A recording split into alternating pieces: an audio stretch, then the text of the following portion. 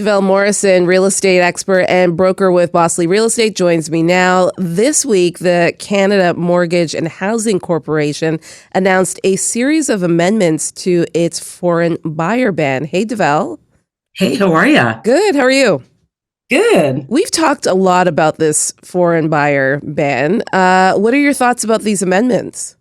These amendments are good and they were made for a good reason. I mean, again, it goes to show you that they should have done a little bit more consultation when they put them in the first place so that they wouldn't have made these mistakes. So, one of the changes that they've made is that it's now okay for a foreign, let's say, a development company, Mhm. to have foreign investments when they're building condos. So the ban had basically stopped the building of some condos simply because the investors for that company were located in Europe. They were located offshore. Right. And, the whole point of this foreign buyer ban is they think they're trying to stop foreigners from buying Canadian real estate to free it up for Canadians. That's a whole other kettle of fish Mhm. because really foreign buyers really represents around 5% of the market. It's not really stopping Canadians from buying. Yeah. So when they did that, they inadvertently made it so now we've had some condo developers who had to stop building condos. Well, we all know we've got a housing crisis and a serious supply issue. That's not a good idea. We need condo developers to be able to keep building. So they made this change so that those condo developers can keep building, which is good. There's also another amendment here. It says enable more work permit holders to purchase a home to live in while working in Canada. And I think, there are so many people who come through this country and are here on work permits. And before they even maybe want to become a citizen of the country or, there's so many different reasons why people come with work permits. What do you think about that change? I think that's perfectly fine. I mean, there's lots of people that move here for work reasons and Yeah. they need to have a place for their family to go Yeah. and they don't want to rent. And quite frankly, maybe they have a pet, which makes renting difficult. Maybe they want their children to go to a particular school. So they can't just rent anywhere. They prefer to buy and they want to own. I mean, it's funny. Even think of all the sports athletes that come here. Yeah, that's a good point. Right? Like they want to put down roots and buy a place if they're going to be working here. So I don't think there's anything wrong with that. I mean, the reality is that those kind of people aren't buying a $600,000 condo. Those kind of people are buying, the million, $2 million houses. Yeah. So they're really not, keeping first-time home buyer Canadians away from buying real estate. Yeah. Also, in the new federal budget that was really released this week, a tax-free first home savings account was revealed that actually takes effect today. Do you think that could Mhm. be a game changer for new homeowners? I don't think it's a game changer. I Okay. mean, essentially, they are allowed to um, put away $40,000 over 5 years. So they Hmm. can save $8,000 a year. They can use that, for a down payment that can be used in conjunction with their RSP withdrawal, also for a home. So I don't think it's necessarily a game changer. Sure, it's helpful. And it's what's interesting about this is it's not just for first-time home buyers. It's for someone who hasn't owned a home in the last year Yep. or the previous 4 years. So, maybe they decided to rent for a number of years and now they want to get back into the market. Yeah, I mean, I think it's fine. It's interesting. The market moves so quickly. Obviously, not this year, it's down. Mm. But in previous years, the market usually goes up by almost like 50 to $100,000 each year. And so being able to save $8,000 a year is nice, but you're still going to be chasing the market. Again, not this year, but in previous years that was like that. And I would imagine in the years to come it will be like that again. So sure, it's a nice to have. I don't think it's a game changer. Well, I think the federal government probably did this to, it's all about, how optics, right? It's all about how it Yes. looks. And I think for the federal government, it's a way of saying we understand that inflation is up. We understand interest rates are up. So we are trying to give people kind of a leg up on this first home savings account. And so, from an optics perspective, do you think it works for the federal government to say we're doing this to try to help people get a leg up? I think that we have to get away from creating policies for optics Yeah, well, and creating that's policies that politics for do you, Deval. something. I know. Well, because, it's funny, a first-time home buyer, any buyer, quite frankly, still has to deal with the mortgage stress test. Yep. If you really wanted to help people out, you might want to get rid of that before you put in the savings plan. Well, that's what I was going to ask you. I mean, if you still have to deal with the stress test and, like basically putting down your child and all of the other things for a deposit, then this is really help somebody who's struggling that wants to own a home. Exactly. And the other thing too is that what the government is doing is they're doing demand side politics. So what they're Mm, doing is technically actually increasing demand for people to buy, but we still have constricted supply, mm. which does help to drive prices up a little bit. So it just, it's a bigger, more complex issue. I think they probably need to get an economist on staff because when they're coming up with this stuff, again, it's like a PR move. I'm sure they have many economists, but yes, I totally understand what you mean. Maybe too many economists in the role. There could also be help on the way for mortgage borrowers who are struggling to make their payments. The Financial Consumer Agency of Canada has made some proposals on this, including lengthening the time it takes for homeowners to pay down their loan. This is a great idea. This Yeah. is what people should be doing. There's nothing wrong with people extending their amortizations. And so that's what this does, is that it lets people, extend their amortizations. Now, it's not a mandatory thing. This Mhm. is banks can do it if they choose. It's completely voluntary. And the extension of the amortization, it could be done on a temporary basis or a permanent basis. But again, that's up to somebody to negotiate with their bank. But I think this is a great thing. This way, fewer banks need to foreclose on properties. People can stay in their homes. They don't need to be so stressed out about their payments. This is good. Yeah, I mean, this is at the proposal stage. And as you Yes. said, banks could choose to do this or not, but it'll be interesting to see which banks actually jump on this. I mean, some banks have said, yeah, we will work individually with our customers, our clients, and work with, their financial situation. And so that's kind of been their tagline, what they've said. Devel, we've talked about this on the show before as well, and that is getting cell service on the TTC.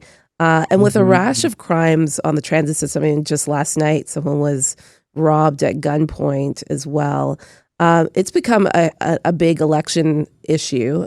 Candidate Mhm. Anna Bilow announced that if she became mayor, she would cancel contracts with the big three communications companies until they can provide service. I find it fascinating that only Freedom Mobile, you know, Yeah. uh, carriers or customers have cell service in our subway system.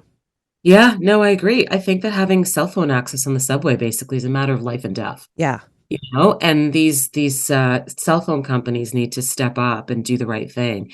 I think it's great that Freedom Mobile offers that, but what a great PR win it could be for a Bell or a Rogers to say, hey, you know what? We value your safety and we are going to make it immediately so that you can use your cell phones in the underground tunnels. Mm. And the fact that they're not, I'm like, guys, like, what are you doing? Do you think it's going too far by saying that, the city would cancel contracts with the big three? No, not at all. Because I do think it's a matter of life and death, and I think these guys need to step up. I mean, they're blaming it on, I think it's BAI, which is the company that laid Yep. down whatever the network, Yep. and I guess they say it's not good enough for them. But that's really because they would have liked to have been paid to do it themselves. Mm. So there's greed at the root of this, and I just think when things are a matter of life and death, you just need to take the greed out. So yeah, I do think it's good that Anna Bilow is, saying something that harsh because it's a matter of life and death. It needs to be done. Yeah, I think we're at the point now with, we've seen so much happen on the system. And the TTC has encouraged people to use the yellow strip I don't know. I've never been in a circumstance where I've used the yellow strip, but I've heard that that's not always effective as Well, well. because if you use that yellow strip, I think we're all concerned that you're going to stop the train. Right. And nobody wants to be stuck, trapped in, the tunnel with a mad person. Well, So you'd much rather use your cell phone. yeah. And what if, yeah, exactly, and be discreet. Or what if you're in an area where you're not close to a yellow strip, or, Mhm. you're in an empty subway station and there's only a few people there? I mean, there's so many different dynamics, right, that we've seen unfold over the Mhm. past year in the subway system that we need to be thinking of, like, yeah, this needed to happen yesterday. Yeah. And I just don't understand why they continue to drag their feet. Oh, we do understand why they continue to drag their feet, but I think it also takes us as consumers, as customers, in Mhm. also putting a bit of fire at the feet of the three big companies and saying this needs to happen in Toronto ASAP. But I wish they would just do the right thing. Yeah, It shouldn't come to Anna Bilau having to make a threat, yeah, right? It shouldn't come to all of this. I mean, again, this would be a great PR move for them because the telecom companies right now, they don't look good to consumers. And so why not curry favor, especially since you've got Bell versus Rogers? Whether if one of them stepped up first, they would get the PR credit hmm, to say, "Oh, Rogers was the first one that stepped up and did the right thing." And so they're missing a really great opportunity here. yeah. All right, this is a really sad story. There's an elaborate scam that's going around that's targeting seniors and essentially Mm, getting them to sign up for, these door-to-door HVAC equipment rental contracts, and then kind of bringing them into homeowner consolidation of debt, circling back to them, and then taking money from them. I mean, it's elaborate and it's just sad that people are yeah. going to this level where these, seniors are now owning, thousands and thousands of dollars on homes that they had paid off a long time ago because they're Hmm. just trying to find, you're an old person, someone comes to your door, they have a great deal, and you just don't read the fine print and you get pulled into these scams. Yeah, it is. It's really sad, and it's happening when, seniors are getting renovation work done in their Yeah. homes. And, these companies are putting liens on their houses. And then somehow miraculously, there's this company, Canada Choice Investments, that seems to have a number of these mortgages on these residents' homes. And it's forcing the sale of some of these people's homes. And some of these elderly people they're risking homelessness, losing their houses, the equity that they've built up in their homes being taken away simply by the fact that they were tricked into signing mortgage papers. Yeah. And, they are not being allowed to have independent legal advice that could counsel them against this. So, right now I can see that there's, some of the homeowners and family members of the homeowners, once they find out, are suing. But, that this isn't cool. There's so many scams out there. You just have to be so careful. And, especially with the advent of technology, to be, 70 something plus, it's so easy for everybody to be scammed. I mean, think of how many times on social media you'll see a friend saying, "Oh, my identity's been co-opted on social Hmm. media. I had to start a new account." Like this is just happening again and again and again. So it is really sad that these seniors are being targeted where it Yeah. counts most in their home. Yeah. Like as you said, sometimes again, it's too far gone. I saw a report where one daughter actually caught her parents about to sign the papers ahead of, and was able to kind of intercept and stop this. But it's just this reminder, even for our listeners, that if a deal is too good to be true, it's probably Hmm. too good to be true. It's okay to say, you know what, I need to allow somebody else to see these documents, to, not be rushed into signing something and making an agreement, especially when someone comes to your door or someone's calling you and you don't know who this person is. It's okay to Yep. slow down. Yeah, absolutely. And I think that, I think also too, if you're 70 plus, 80 plus, you feel that, hey, you know what? I know what I'm doing. Yeah. I've gotten through Yeah. life this far. I don't need help. That's the thing. But, I think if you're an honest service provider, you recognize that sometimes I mean, quite frankly, I do it in my own job. If I'm dealing with somebody who's 85 plus and they want to sell their home, I usually ask them, where are your kids? Can I talk to your Mm, kids? Because I know that that person thinks they're doing the right thing, but I feel like I want to deal with their kids, their mm. adult kids, obviously, because I want to make sure that they're really doing what they're supposed to be doing.